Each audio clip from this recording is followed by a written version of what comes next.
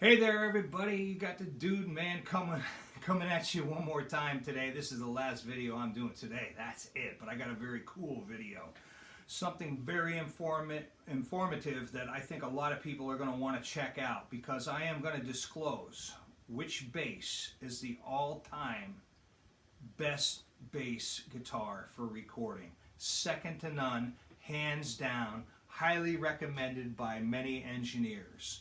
And you're going to think it's the Precision bass, right? Engineers love Precision. No, that is their second favorite pick. Well, a lot of people like the Precision, but from my experience, this is what I found out. And you're going to say, it's not the Precision, it's got to be the Jazz. No, it's not the Jazz. I'm going to show it to you right here. This is it.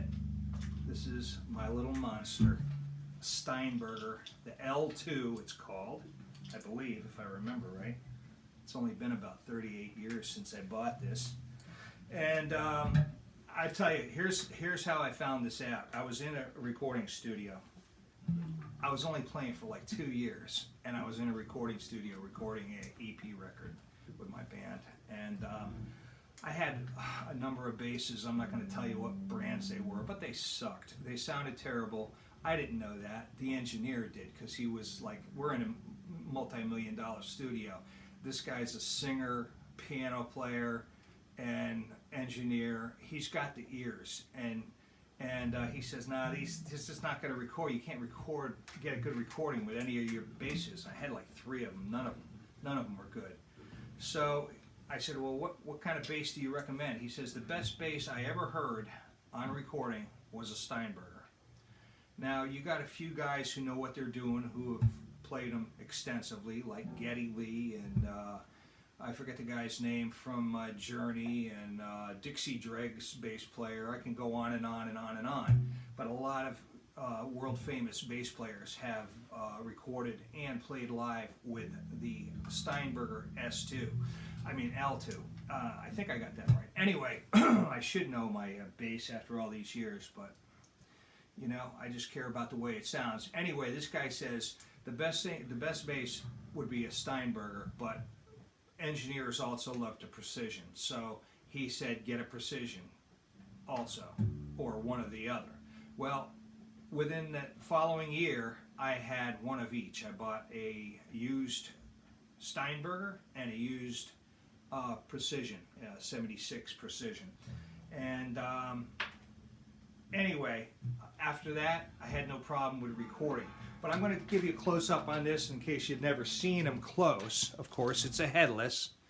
And double ball strings. And the good thing about the double ball strings are they're not going to go out of tune very easy, because there's no slippage. There's no post where they can slip. That's usually where they're going to slip, is on the post. There's no post, so they're going to stay in. And on this side, it's like micrometers. These are like micrometers where you can finally dial it in. And the body is, what do you call that? Graphite. It's graphite. The whole body and neck is graphite. Now, I could put this in the driveway and run it over with my car, pick it up, and it'll still be in tune. Don't try that at home, but I'm just saying, I think that is the case. I don't think it'll go out of tune.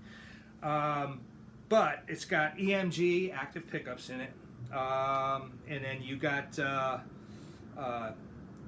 tone and volume.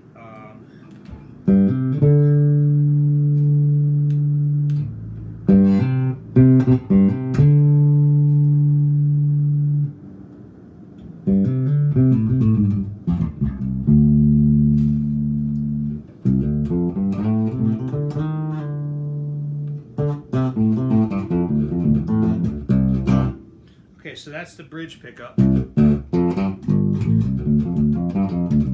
Obviously a lot of highs. Now we'll shut that off, and here's the neck pickup. Typically I'll use both, and I'll keep both pickups either center, detent, however your controls are. On this one it's 2 volumes, so I would keep both of these flat out on 10.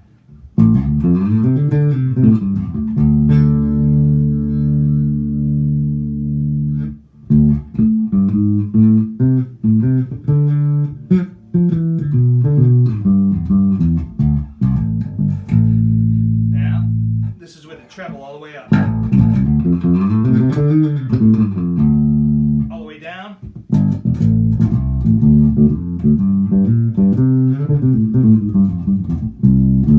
Now put it right in the middle.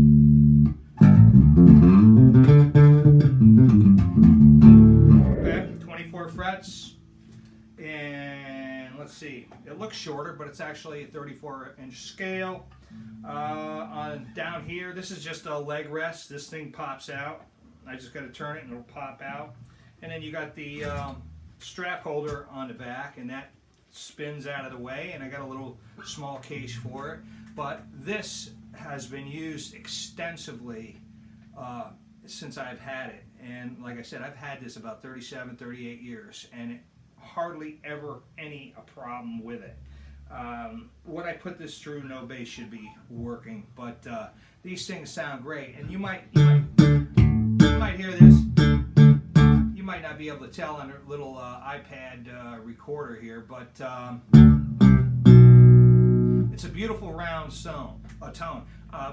One thing I want to tell you is these strings. These things, I don't know how old they are. They got to be a couple years old, because unless I'm going to be doing some recording, I don't change them. And actually, the last time I did some recording was last week, and I kept the strings on. I just cranked the volume, the treble up a little more, and I had such a gorgeous tone.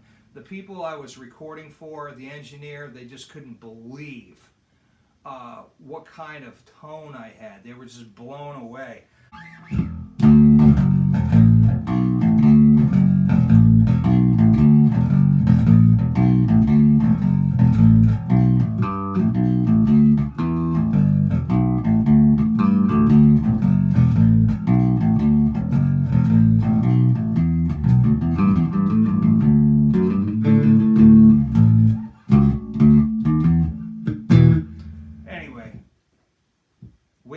Wicked good tone. You'll never hear an engineer complain about the tone on your Steinberger.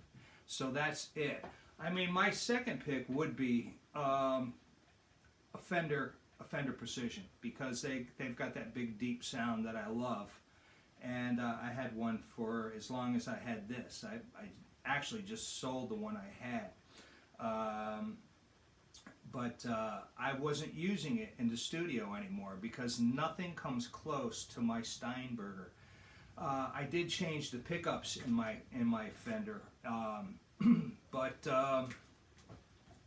it didn't really help. I probably should have just kept the original ones in there and went with the passive sound, because that was pretty cool. But the thing weighed like an anchor, so I just had enough.